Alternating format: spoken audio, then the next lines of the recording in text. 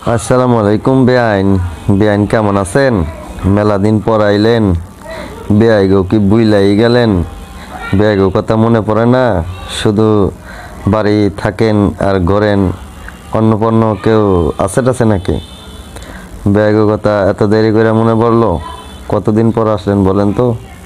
এই তো প্রায় 1 বছর হয়ে গেল আইসা গেলেন, আর তো আসলেন না। ফোন নাম্বারটাও দিয়ে গেলেন না। শুধুমাত্র কলেজের বন্ধুদের সাথে ঘুরলে হইব, ব্যাগও কি মনে রাখবেন না? আরে বেয়াই, একবারে যদি এত কথা বলেন তাহলে কি করে বলবো বলেন? আপনাকে তো বলি নাই। আরে বিয়াই, আপনার কথা ভুলি নাই। বিয়ার কথা বললে চলবো?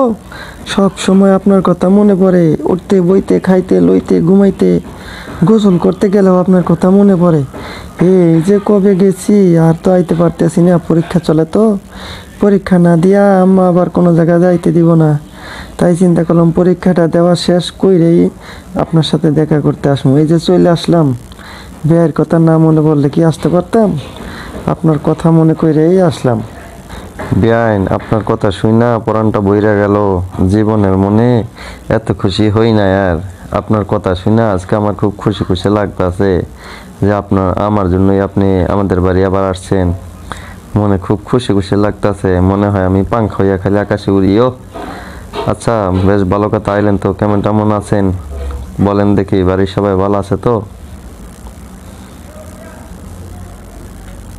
আহেন বেআইন, আপনার সাথে অনেকদিন কোলাকুলি করি না, একটু কোলাকুলি করি। বেআইনের সাথে বেআইয়ের কোলাকুলি একটা ভাবই আলাদা।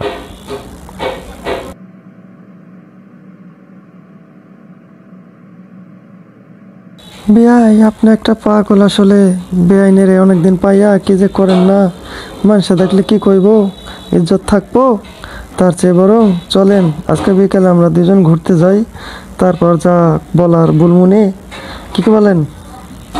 আচ্ছা আচ্ছা, এই কথা আগে বলবেন তো। আচ্ছা ঠিক আছে, আজকে বিকালে খাওয়া দাওয়া কইরা রেডি থাকেন। আজকে আপনার লগে ঘুরতে যাবো, ঠিক আছে? আচ্ছা ঠিক আছে, বাসায় যান, আপনার বোনের সাথে কথা বলেন। আমি তাহলে আসতেছি, হ্যাঁ।